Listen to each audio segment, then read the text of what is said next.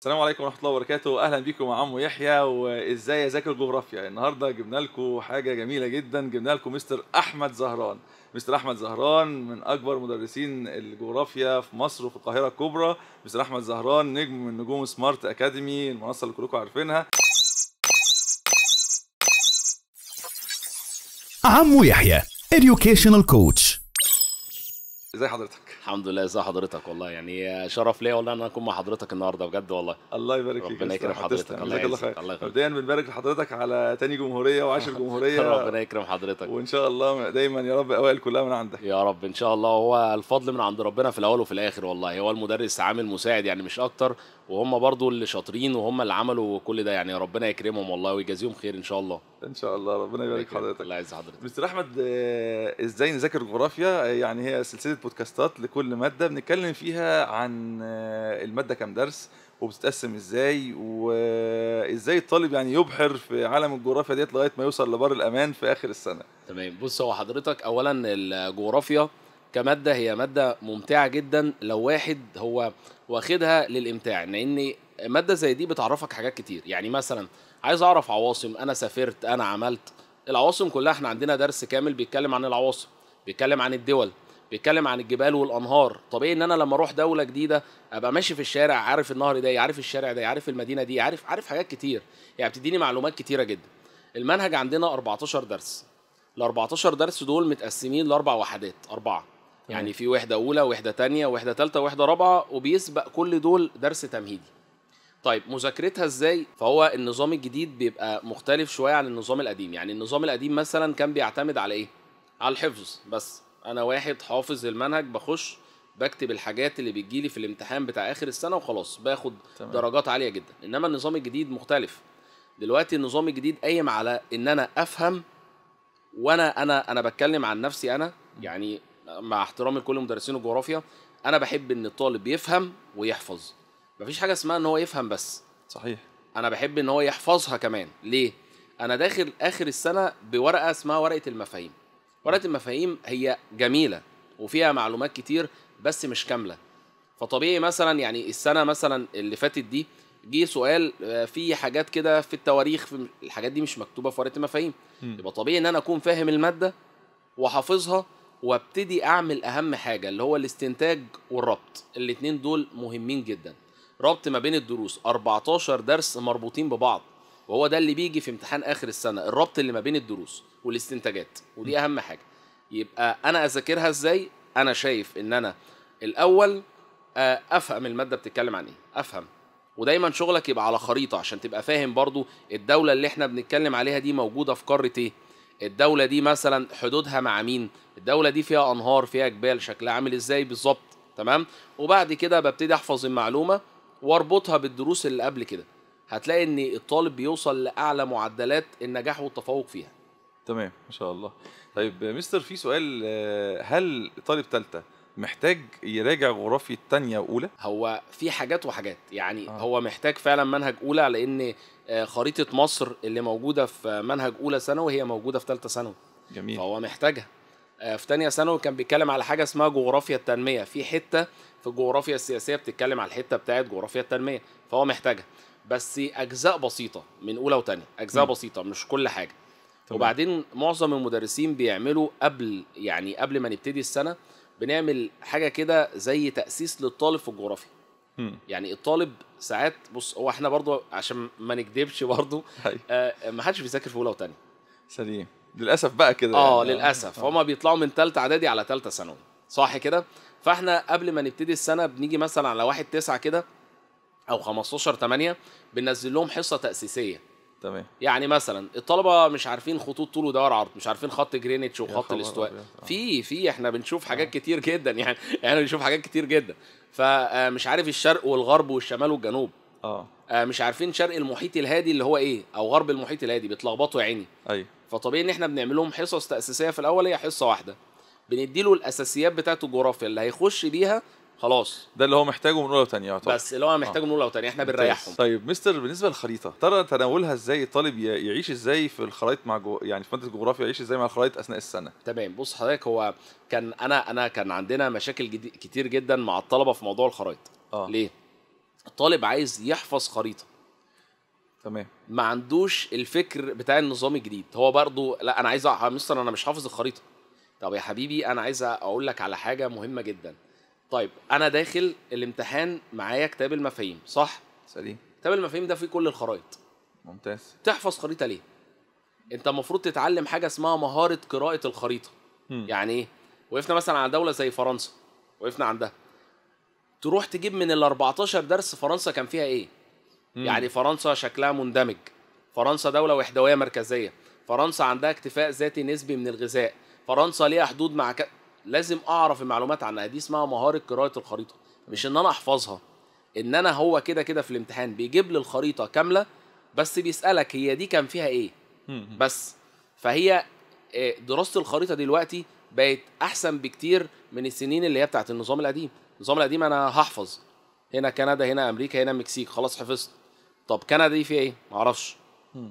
النظام القديم كان بيعتمد على كده. النظام الجديد فيه مميزات كتيره جدا، يمكن الناس مش شايفاها دلوقتي، بس لا هتبان اكتر، لان هو عايز يفهمك اكتر. طب مستر، لو عملنا جدول زمني لتناول المنهج، يعني هنقسم المنهج على مدار السنه كده، تمام. حضرتك تقترح يكون شكله عامل ازاي؟ يعني احنا الجدول هو منهج الجغرافيا ال 14 درس ما بياخدوش وقت كبير، مش زي مثلا منهج التاريخ. يعني منهج التاريخ بسم الله ما شاء الله كتير قوي. فالجغرافيا لا، يعني احنا مثلا كمنهج احنا بنخلص الترم الاولاني هم 14 درس، بناخد 7 دروس. جميل. تمام. 7 دروس لحد شهر 12. ممتاز. من شهر 12 لشهر 2 لما بناخد الاجازه بناخد 3 دروس كمان، يبقى كده خدنا في الترم الاولاني 10 دروس خلاص. تمام. تيجي الترم الثاني بناخد 4 دروس ونبتدي مراجعه بس. احنا بنخلص المنهج بالكامل في جدول كده. انا بعمل جدول للطلبه ان انا الحصه دي هتاخد كذا، والحصه دي هتاخد كذا، والحصه دي هتاخد كذا. بنخلص بالظبط في 22 حصه. 22 حصه بالظبط. تمام.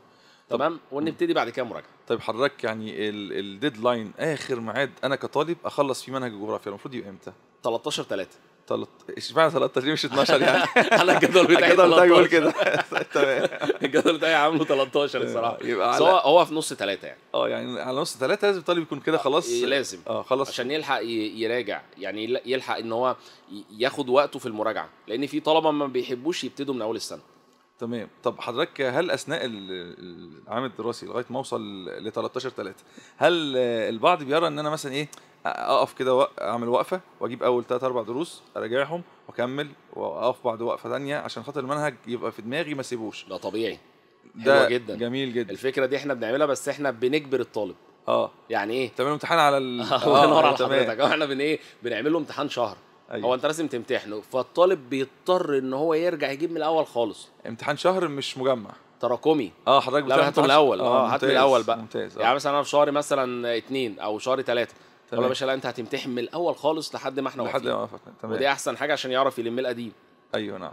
ممتاز جدا يا مستر. ربنا يكرم حضرتك. طيب بالنسبه للمراجعه، ايه امثل طريقه حضرتك شايفها لمراجعه ماده الجغرافيا؟ بص حضرتك، هو انا برضو هتكلم على حاجه كده هو انا بعملها.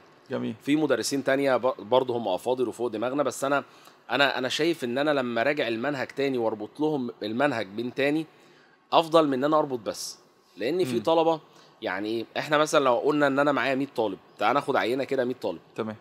في الوقت اللي احنا فيه انت عارف ان الطلبه مشغولين شويه بموضوع الموبايلات ومش عارف ايه والخروجات.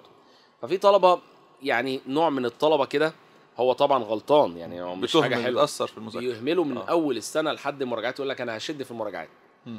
احنا بقى انا عن نفسي انا جربتها. يعني انا جربت سنه ان انا اربط بس دروس وما اعيدش شرح الدرس تاني.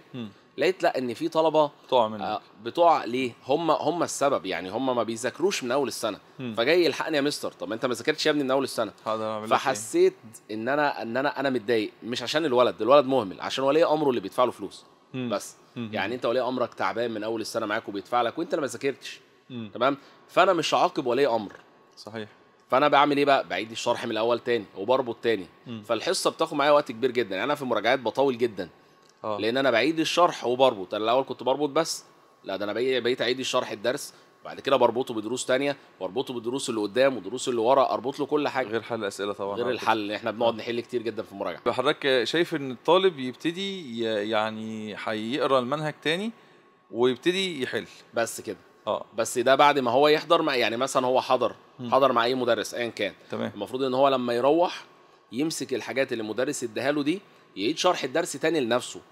يعني انا وانا في ثانويه عامه كنت بشرح لنفسي، يعني بمسك ورقه وقلم وبقعد في اوضه لوحدي وبصوت عالي جدا اقعد اشرح بقى، اقول خريطه العالم فيها تغيرات كده. انا هي دي الطريقه الوحيده اللي كانت بتنفع معايا. أيوة. فكنت انا كده ايه، انا فاهم الدرس، حفظت الدرس، يلا هحل. فكنت بعرف احل. ممتاز ودي جدا. الطريقه اللي انا شايفها ان الطالب يعملها. بالنسبه لامتحان 2023 كان في مساله في الجغرافيا. الجغرافيا ايه وضع المسائل بقى فيها بالنسبه للمنهج؟ بص حضرتك، هو احنا ليه يعني انا من المدرسين اللي عملوا فيديوهات للمسائل. جميل. وكان في ناس كتيره من الطلبه بتعترض، يعني تقول يا مستر ليه مسائل في الجغرافيا؟ بص، هو الفكره كلها احنا المنهج ده اللي هو النظام الجديد، انا هسال حضرتك سؤال صغير جدا. اتفضل. هو بيعتمد على الحفظ ولا الفهم؟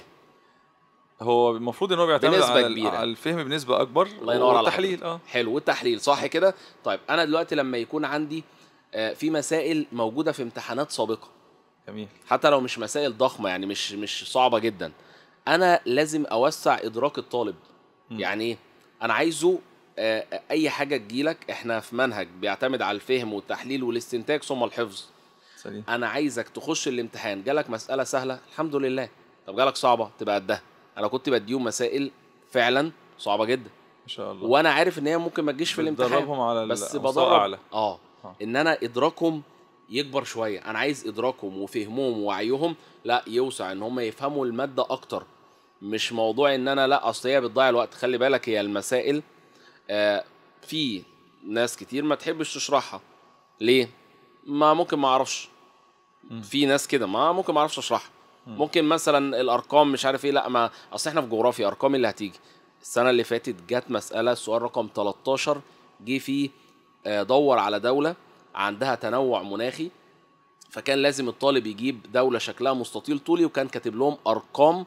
تمام، فهو كان لازم يحسب الارقام دي، يعني يعملها مساله عشان يعرف ده مستطيل طولي ولا عرضي. فطبيعي ان هي جت. السنه اللي قبليها جت برضو مساله.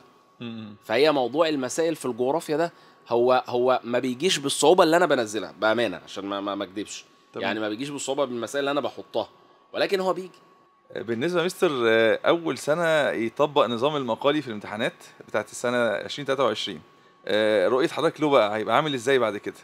هو الحمد لله ان الدفعه دي جه سؤالين مقالي سهلين. جميل، الحمد لله. بس انا عايز اقول لحضرتك على حاجه، هو المقالي هو اصلا سهل. انا مثلا جالي سؤال اختياري عادي، تمام، وانا اخترت الاجابه، وليكن مثلا انا بقول مثلا ايه، هو مين اللي حط دوره حياه الدوله في 4 مراحل؟ فالاجابه ابن خلدون. سليم. ليه ابن خلدون؟ لان ابن خلدون هو اللي اتكلم عن القبيله ومدينه. التفسير اللي حضرتك بتقوله ده هو اجابه سؤال مقالي. يعني السؤال الاختياري هو ممكن يتحول لمقالي، صحيح، لو عارف التفسير بتاعه.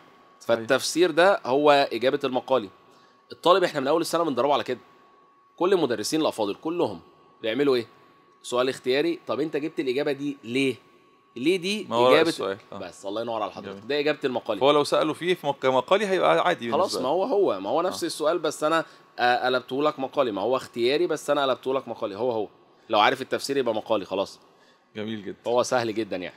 جميل جدا يا مستر، والله احنا سعدنا بالاستطلاع المنهج مع حضرتك كده لدفعه 2024. ربنا يكرم حضرتك وبنشكرك على الوقت اللي اديته لنا. ربنا يكرمك، وبنطمع ان شاء الله يكون في لقاءات تانية باذن الله مع حضرتك. ربنا يعز حضرتك والله، وده شرف ليا والله، بكلمك بامانه. والله اتشرفت بحضرتك جدا النهارده والله. الشرف لينا يا فندم. ربنا يكرم حضرتك، جزاكم الله خيرا، وانتظرونا ان شاء الله مع بقيه سلسله ازاي اذاكر. كنت مع عمو يحيى.